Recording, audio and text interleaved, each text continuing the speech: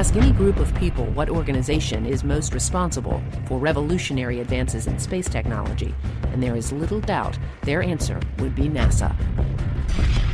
Clearly, over its long history, NASA has been one of the most innovative and exciting change agents the world has ever seen, proving that we can accomplish great things if only given a goal and the opportunity. That feeling has been firmly imprinted on the NASA DNA and continues to motivate all those who push the envelope of technology. But rather than just rest on its laurels, NASA is moving to expand its role as a change agent in new and exciting ways. In order to do this, the NASA culture will need some minor tweaking first. Today's generation of NASA researchers are working to alter some outmoded practices of how technologies are developed and implemented at NASA. If these ideas take root, they have the potential to revolutionize NASA from the inside out. Coming up on this episode of NASA X, we will follow members of Space Technology's Game-Changing Development Program Office as they work to revolutionize and mature new technologies within NASA. We will feature a few of the many technologies managed by the GCDP to see how these innovative ideas are advancing the missions of today and missions of the future as well.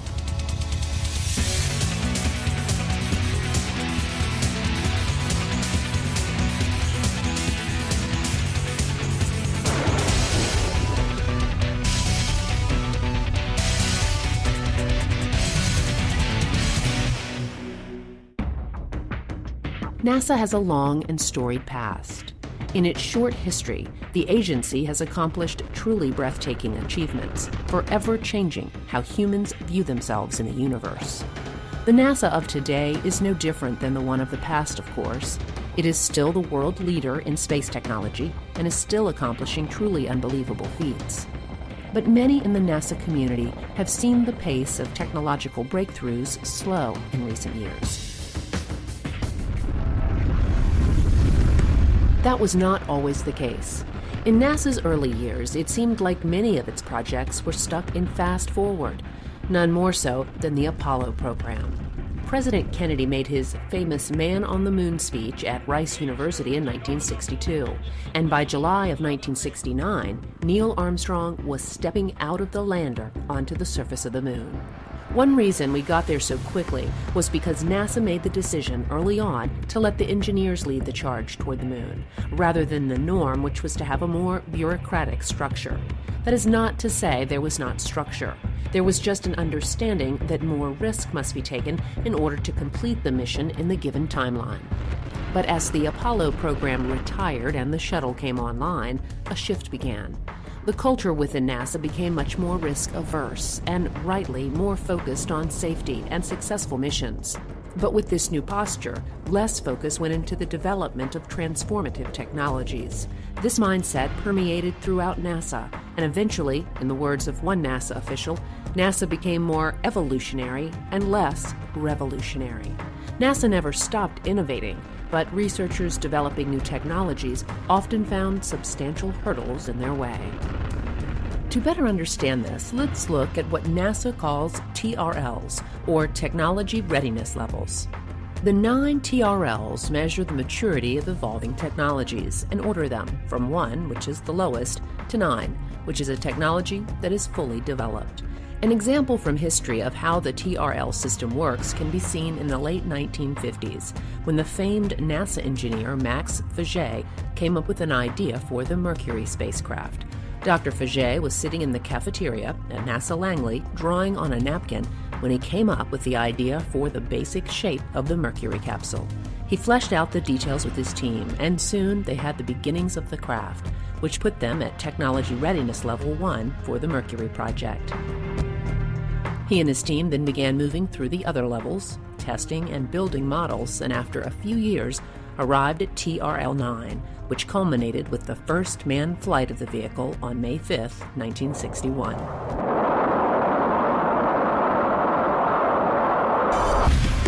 The same basic concept is still used today. Researchers come up with concepts and ideas and hope to move them through the early TRL stages all the way to full maturity. This system is the framework from which NASA engineers develop technologies, so it goes without saying that the TRLs are very important within NASA. But in the last few decades, many researchers have come up with great ideas only to find themselves stuck in the lower TRL stages. But in the early 2000s, pushback began happening within the NASA research community. It was widely agreed that there needed to be a way to push important concepts to the front of the line and move them more quickly through the technology readiness level stages. To do this, a sea change needed to happen within NASA, which would completely alter the current culture and get us back to our leaner, engineer leads the way mentality. That sea change happened when NASA's Space Technology Mission Directorate created the GCDP, or the Game-Changing Development Program Office. Space Technology developed the GCDP with the idea that new, exciting, disruptive technologies would be rapidly infused and given the chance to prove themselves more quickly. If you look at the Space Technology Program, especially if you look at the Game-Changing Program within, our projects are about 2 years long with an option to extend them for a third year. So basically we are carrying on executing our existing portfolio, and by the end of the year we will develop dozens of new technologies that we can make available to other programs within space technology, other stakeholders such as human explorations under the AES project, or maybe we can pass on technologies to Science Mission Directorate as well. The idea here is to take some more risks and to do some things instead of incrementally, but in a transformative or disruptive way. Let's look outside of the box. Let's look for completely different ways of doing technology. And so the idea is that we can afford to take risks and target technologies that will hopefully have orders of magnitude improvement that can do things that we've never been able to do before. With this idea firmly established, the team needed to begin looking throughout NASA to determine which projects would be first on the list. Somebody might have a great idea, a new way of doing navigation or communication, and they'll come and they'll pitch that idea to a PI. If the PI believes it's a good fit within our portfolio, that it meets game-changing metrics, that it's aligned well with agency priorities, then they'll develop what we call a New Start proposal, and they'll bring that to our program board. So they have to be a TRL3, and they've gone through the proof of concept. It's not basic research, it's not a scientist in the lab, but it's someone who's taken it and said, look, I've checked it out in a small way, a small scale, and it's proven itself. I need to get it from TRL3 to TRL5, through the Valley of Death, we call it. This term, Valley of Death, is apropos, because this is where so many promising technology ideas falter.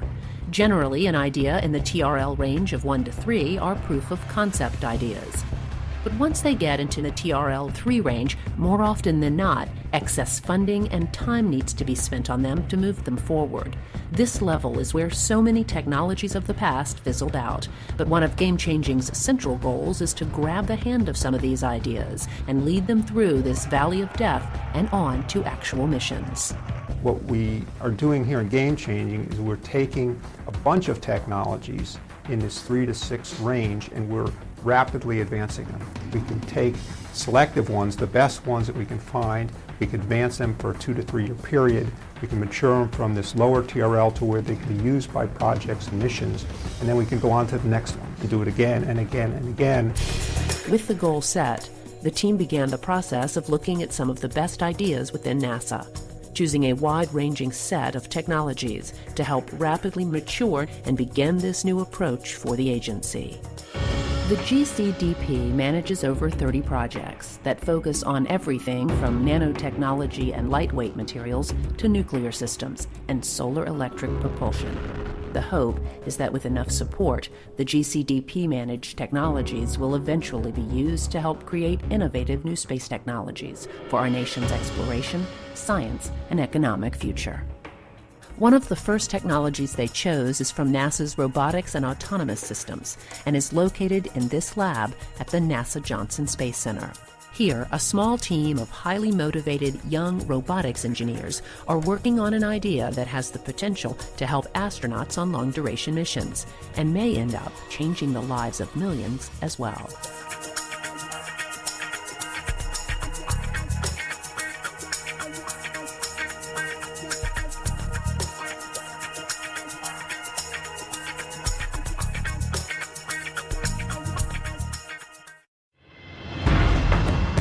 One of the first Space Technologies GCDP projects we will explore is located in this lab at the NASA Johnson Space Center. Here, a group of NASA researchers have come up with an exoskeleton that they call the X-1. It has the potential to solve some major problems for astronauts on long-duration missions. This 60-pound assisted mobility device is worn on the legs of the wearer and is used to assist them in various ways. To understand why NASA is interested in a device like this, you have to understand a little about physics in space. A major problem faced by astronauts in space is bone loss and muscle atrophy due to a lack of use.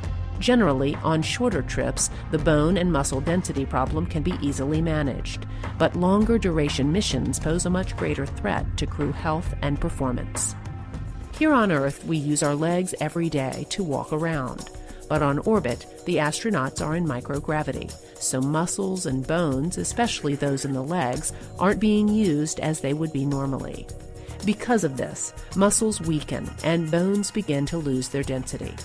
As a result, some astronauts come back to Earth with up to 30% less bone structure in their legs and with significantly weakened muscles. To combat this, NASA doctors prescribe a strict regimen of exercise on orbit, but there is only so much that can be done. Generally, there is a treadmill and other bulky devices used to keep in shape, but these only provide limited success. The X-1 may be able to change that.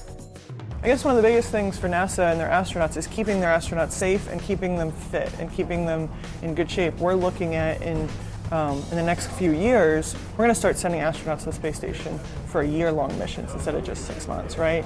And so how do we keep them fit?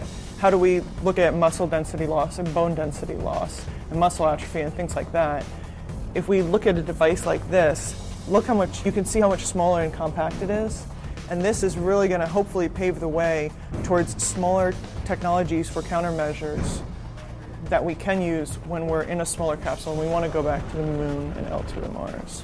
So the goal on space station, we're looking at two different things right now. We're looking at it for dynamometry applications, which is basically measuring muscle strength. And so we've been working with the Human Health and Performance Group and saying, wouldn't it be great if we had a device on space station that we could use to measure muscle strength while they're up there? Because they don't do that right now. So now what we're looking at this to do is say, you go use ARED, you go use a treadmill or the stationary bike, and then maybe once a month or once every 2 weeks, you use the X-1 as a dynamometry application so we can measure your muscle strength. And we can really start to close the loop with the physicians on the ground and the prescriptions of exercise that they're giving the astronauts to see how effective they are.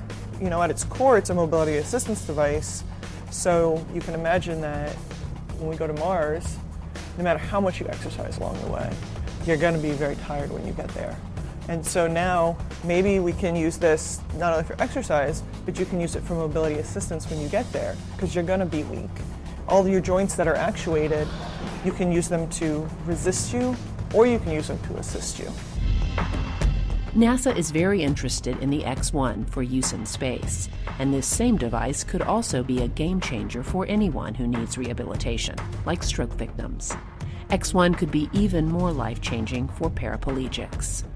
Early on in its development, the team partnered with the Florida Institute for Human and Machine Cognition. This group has been working on a mobility device that could serve as the legs for wheelchair-bound patients. At that time, they had their own exoskeleton that they had developed called Mina V0, and they were really focused on mobility assistance, helping persons with paraplegia get up out of the wheelchair, walking again. And at that same time, we had, Robonaut, which we had just flown to space station.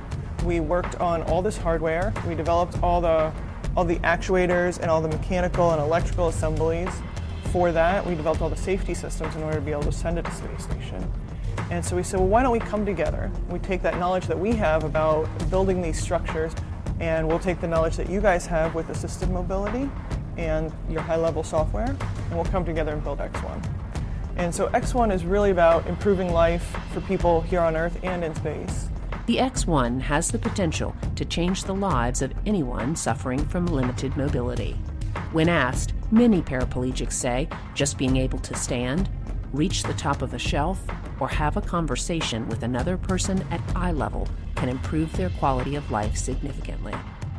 Much work is going into the X1 to make it accessible to as many people as possible. It is relatively lightweight and has been designed in a way where it can be adjusted to fit many different body types. And for persons who have lost their ability to walk, there's also a pre-recorded walking gait that can be adjusted to help them learn to walk again. In this iteration of the X1, paraplegics must still use crutches to help them balance and walk. But the hope is that the technology will develop to where the device can be utilized without crutches. You know, my mom has multiple sclerosis, and she is 80% kind of confined. And for a device like this to help her, that's something that she looks at saying, I wish I could have that. But in 10 years from now, people won't be saying that. I think people will be saying, oh, let me go get that out of my closet because I'm ready to go out and walk around. Sometimes technologies develop slowly and incrementally, and sometimes things happen all at once.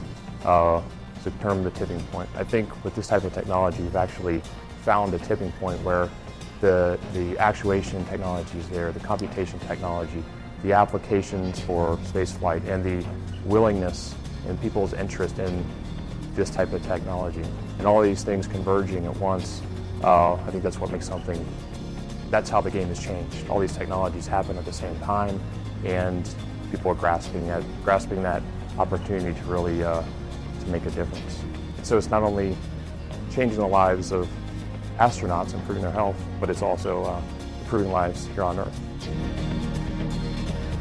We feel that it's not just game-changing, it's actually life-changing.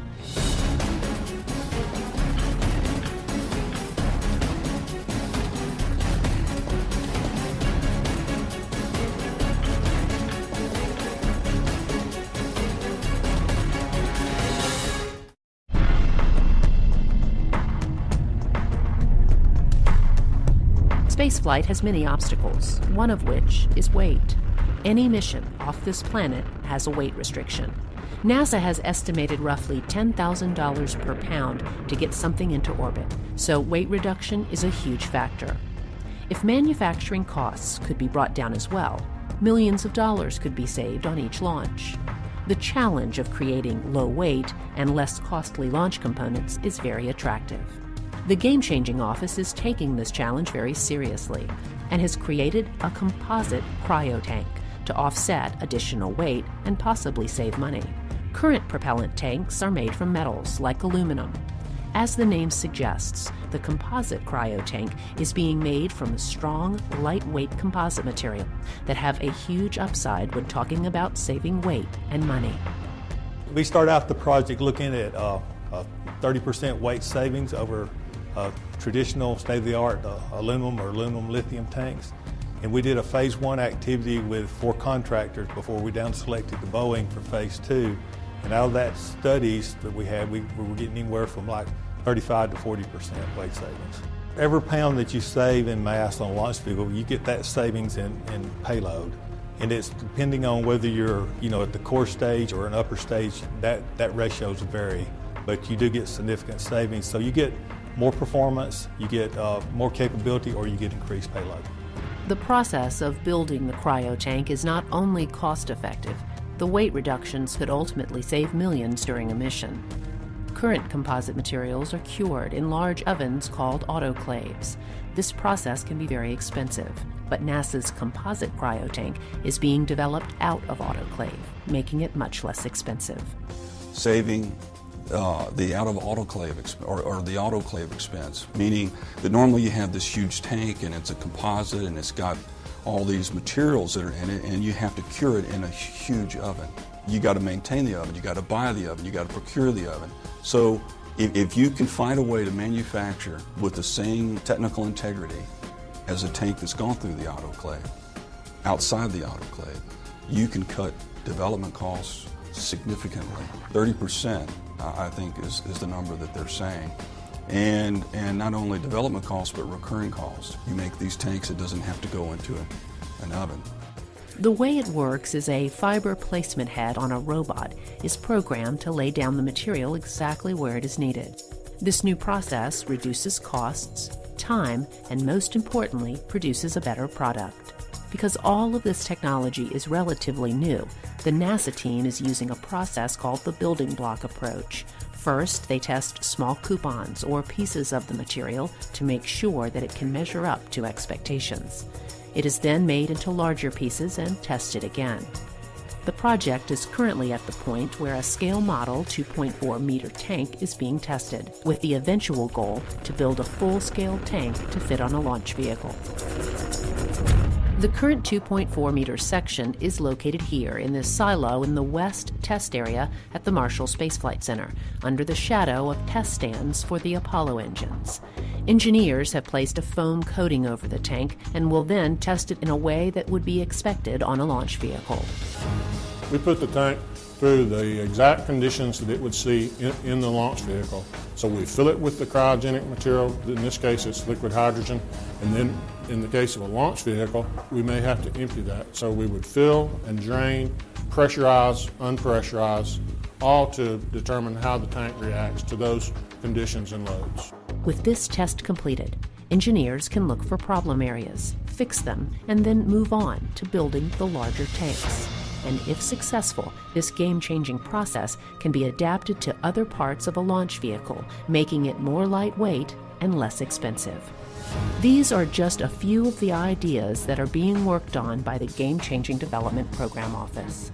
But many more innovative ideas and technologies are being moved through the game-changing lane each day. And with each new development, change is coming to NASA that is allowing the agency to rapidly infuse technology and make smarter decisions about how to move forward and create different approaches while changing the culture. Much of the credit for this positive change can be placed directly at the feet of Space Technology's Game-Changing Development Program Office. Personally, I would love if 5 years from now somebody said they really changed the game. They made a difference for NASA. That's all I'd need to hear.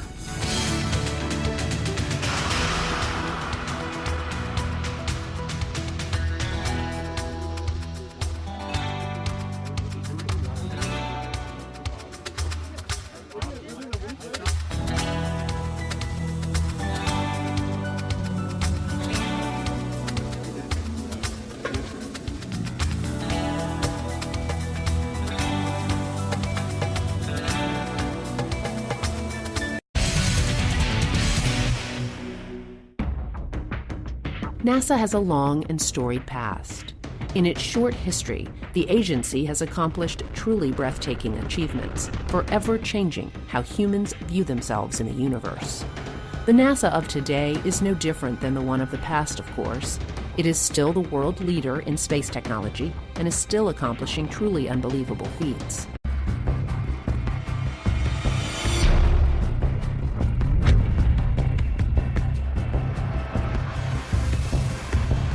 Ask any group of people what organization is most responsible for revolutionary advances in space technology, and there is little doubt their answer would be NASA. Clearly, over its long history, NASA has been one of the most innovative and exciting change agents the world has ever seen. First, today's generation of NASA researchers are working to alter some outmoded practices of how technologies are developed and implemented at NASA. If these ideas take root, they have the potential to revolutionize NASA from the inside out. Coming up on this episode of NASA X, we will follow members of Space Technology's Game-Changing Development Program Office as they work to revolutionize and mature new technologies within NASA. We will feature a few of the many technologies managed by the GCDP to see how these innovative ideas are advancing the missions of today and missions of the future as well.